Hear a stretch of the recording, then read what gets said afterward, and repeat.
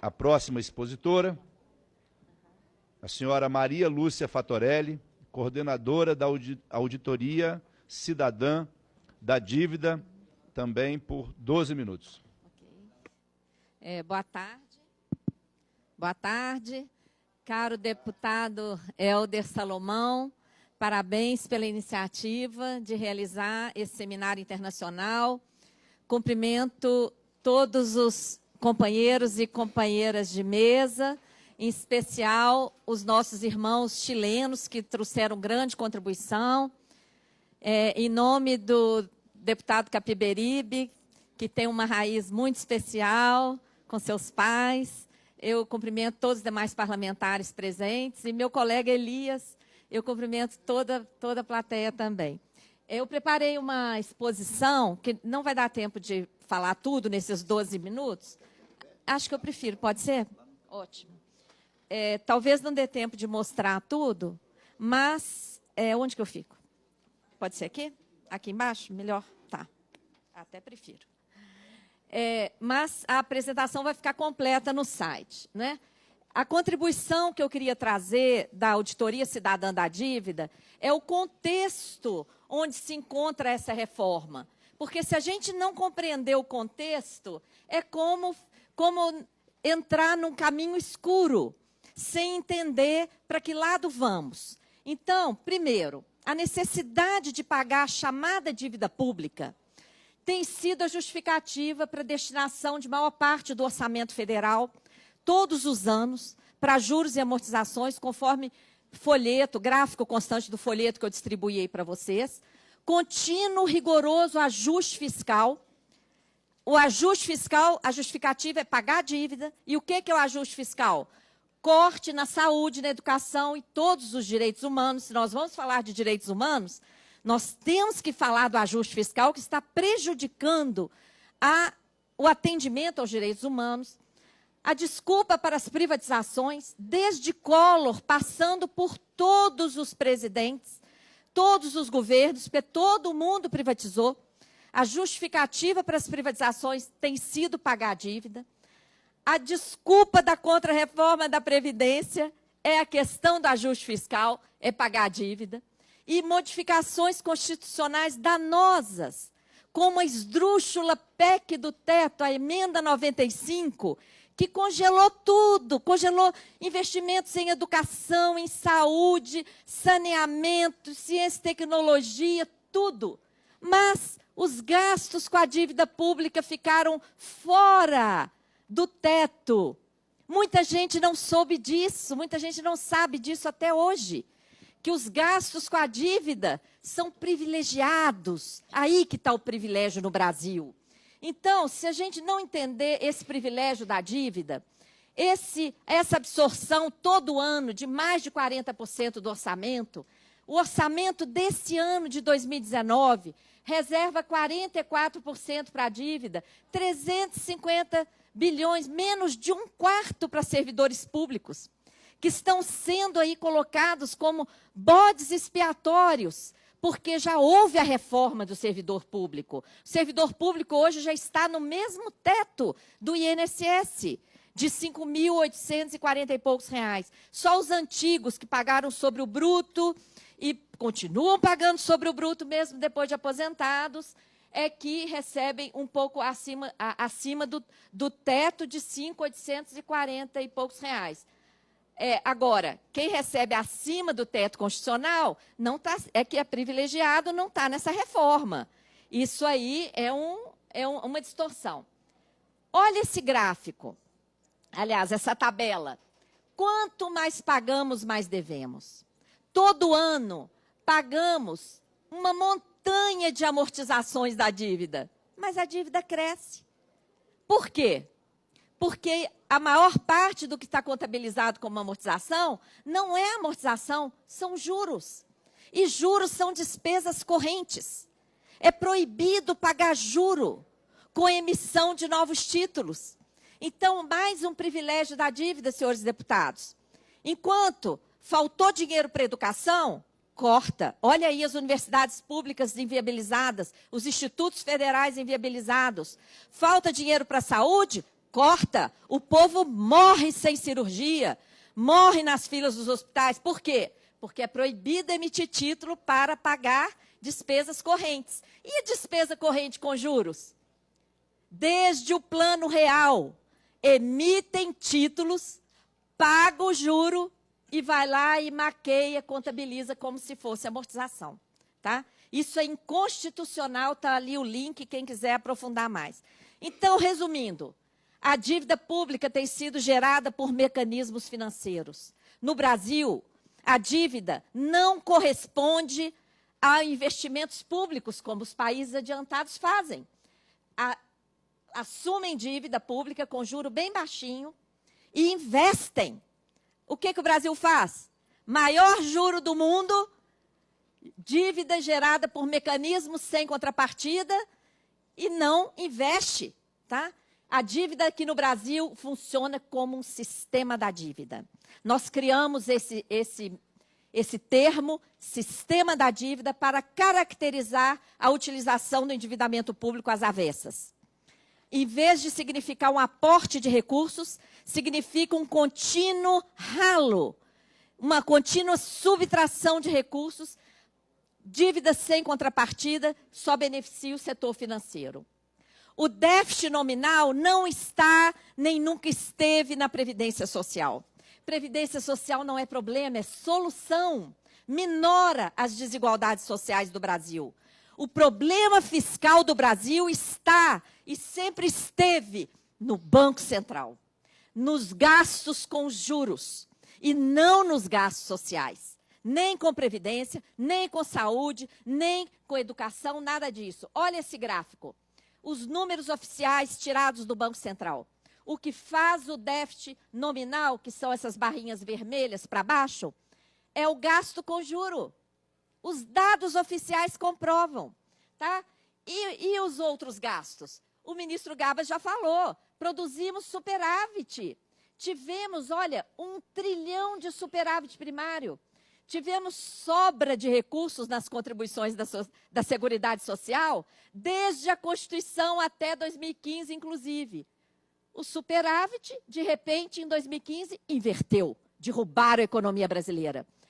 O resultado positivo da Seguridade Social chegou em 2015, derrubou. A arrecadação vinha subindo, chegou em 2015, derrubou. O PIB vinha crescendo, em média, cerca de 4% ao ano, em média. O que aconteceu em 2015? Caiu 4%, negativo. E 2016 também. Em 2 anos, caiu mais de 7%. O que provocou essa crise no Brasil? Nós não tivemos aqui, deputado, nenhum dos instrumentos que produzem crise. Quebra de bancos, que foi o que produziu a crise nos Estados Unidos, não tivemos aqui. Aqui os bancos lucram como nunca. Não tivemos quebra de safra, não tivemos adoecimento da população e não tivemos guerra. Não tivemos aqui nenhum dos 4 fatores que produzem crise na economia capitalista. O que derrubou a nossa economia a partir de 2015? Nós produzíamos 1 trilhão de superávit, a dívida saiu de 86 bilhões, foi parar em 4 trilhões. O que produziu isso? Não foram os investimentos na Previdência, nem nos demais gastos sociais. O que produziu isso, a explosão da dívida e a fabricação da crise, foi a política monetária do Banco Central. O Banco Central, em vez de estar funcionando como o Banco Central do Brasil, para promover o nosso desenvolvimento socioeconômico, gerar emprego, está funcionando como o Banco Central dos banqueiros, com uma política monetária suicida. Em 2013, o juro estava em 7,25%. Em apenas 2 anos, o Banco Central levou o juro para 8, para 9, para 10, para 11, para 12, para 13, para 14,25%. Chegou em 14,25, um patamar suicida, ficou aí mais de 1 ano e demorou para cair. Junto com isso, o Banco Central aumentou a remuneração da sobra de caixa dos bancos. Toda a sobra de caixa dos bancos é depositada no Banco Central e o Banco Central entrega título da dívida para os bancos. À medida em que os bancos estão com o título da dívida, o que eles ganham diariamente? Juros. Os maiores juros do mundo. Essa operação gerou, ao mesmo tempo, um aumento da dívida pública em 1 trilhão e 200, um rombo de 754 bilhões de reais em 10 anos, sem atualização, só somando os valores nominais que estão lá na página do Banco Central. Se corrigir, chega no trilhão que o Guedes quer. Não precisa destruir a Seguridade. Basta parar de remunerar a sobra de caixa dos bancos, que, aliás, não tem nem fundamento legal para essa remuneração. Tá? Ela provoca elevação brutal do juro de mercado por causa da escassez de moeda na economia. Imaginem se o Banco Central devolve esse trilhão para os bancos. Os bancos iam querer ficar com esse dinheiro parado na gaveta?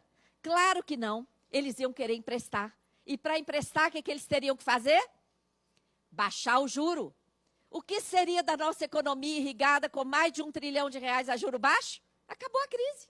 Um mecanismo só já explica essa crise fabricada pelos bancos que dominam o Banco Central brasileiro. A desculpa do Banco Central para controlar a inflação ficou totalmente desmascarada em 2017, quando o IGP foi negativo e, em vez do Banco Central desovar a moeda, essas operações bateram recorde e chegaram em quase 1 trilhão e 300.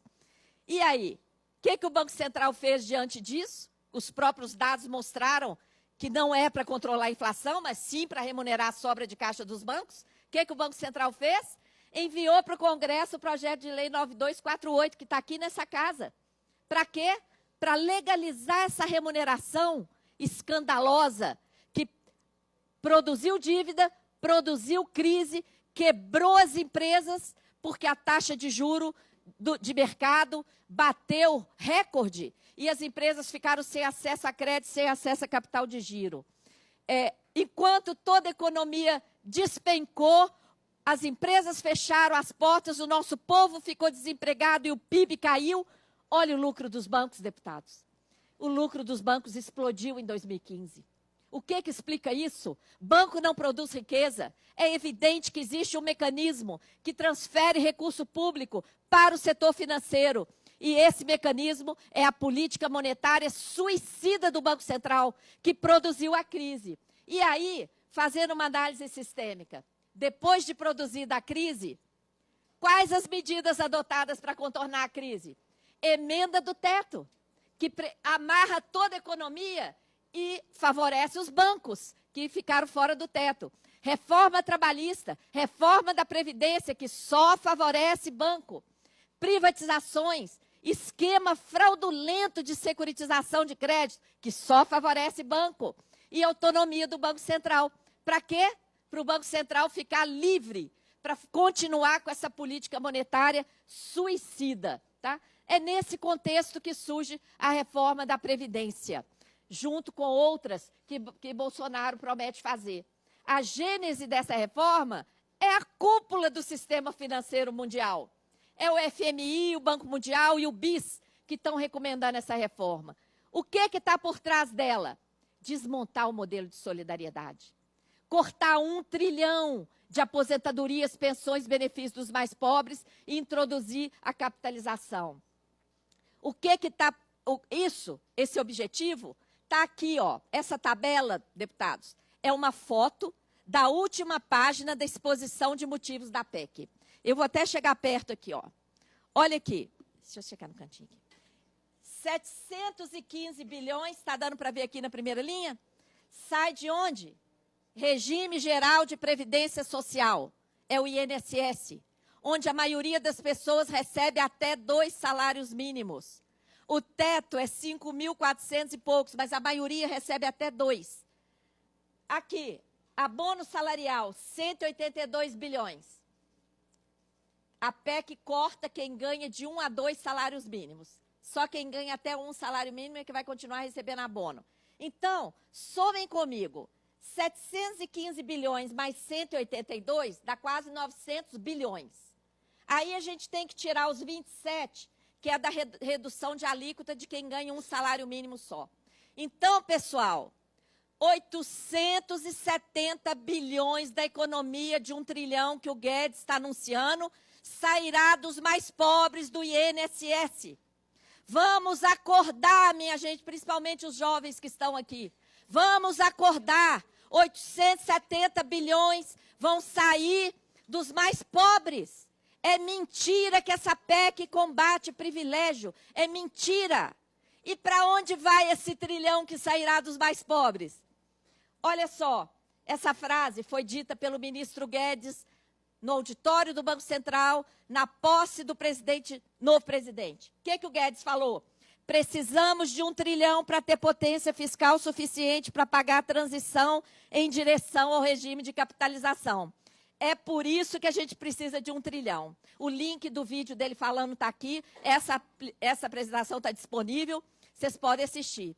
Ficou alguma dúvida de que esse trilhão vai sair dos mais pobres e vai para os bancos para pagar parte da capitalização? Parte, gente, porque o custo da capitalização não foi revelado. Escândalo, os estudos classificados de sigilosos. Eu já vou terminar, deputado. Conclua. Na Argentina, a transição custou mais de 1 PIB, custou 1,36 PIB. Se custar isso aqui no Brasil, nós estamos falando de 9 trilhões para cima. Por quê? Se uma pessoa trabalhou 20 anos, contribuiu para o INSS, ficou desempregada e vai ser contratada no regime de capitalização, o INSS vai ter que fazer o aporte na continha dela. Cadê essa estimativa? Gente, isso vai arrebentar com a economia do Brasil. Está muito iludido quem está achando que essa PEC vai abrir espaço para investimento. O trilhão que vai deixar de chegar na mão das pessoas vai para os bancos. E a capitalização representa um rombo de 9 trilhões para cima. Tá? Estudo da OIT, os chilenos já falaram, o rombo nas contas públicas é enorme. Capitalização nem pode ser chamada de previdência. É uma aplicação de risco, de alto custo, sem garantia, sem proteção social. Para encerrar, deixa eu pular a última lá. Nós temos 4 trilhões em caixa, deputados. Os senhores sabiam disso? Nós temos 1 trilhão 270 no caixa do Tesouro, 1 trilhão 130 no caixa do Banco Central, remunerando a sobra de caixa dos bancos, e 1,5 trilhão em reservas. Que crise é essa? Nós estamos num cenário de crise, tá? Num cenário de crise. Esse aqui não vai dar tempo de falar, mas está tudo explicado. A reforma que nós precisamos discutir é de melhorar o modelo que nós conseguimos conquistar em 88. E temos dinheiro para isso. O Brasil é riquíssimo. Nona economia mundial, mas que vergonha. 79º no ranking dos direitos humanos. E isso vai piorar com essa PEC. Nós não podemos deixar esse regime que está levando os idosos no Chile a se suicidarem. Não podemos deixar esse modelo entrar no nosso país. O Brasil é riquíssimo em todos os sentidos. Nós estamos como palhaços num cenário de escassez, num circo de terror de escassez, com o nosso povo na miséria, nossa juventude sem oportunidades. E essa reforma vai piorar tudo isso, vai comprometer mais ainda os direitos humanos no Brasil. Mas os bancos continuam batendo recorde. Enquanto o Brasil comanda a alta da pobreza na América Latina, aumenta a pobreza e desigualdade e a extrema pobreza volta às estatísticas brasileiras. Por isso, gente, a gente tem que conhecer de política monetária, tem que conhecer o funcionamento distorcido do modelo tributário e do sistema da dívida. Senão, nós vamos ficar aí nessa PEC, deputado, negociando bobagens, negociando um item aqui, o outro ali, e correndo risco dessa capitalização assassina entrar aqui no Brasil, que só favorece bancos. Muito grata.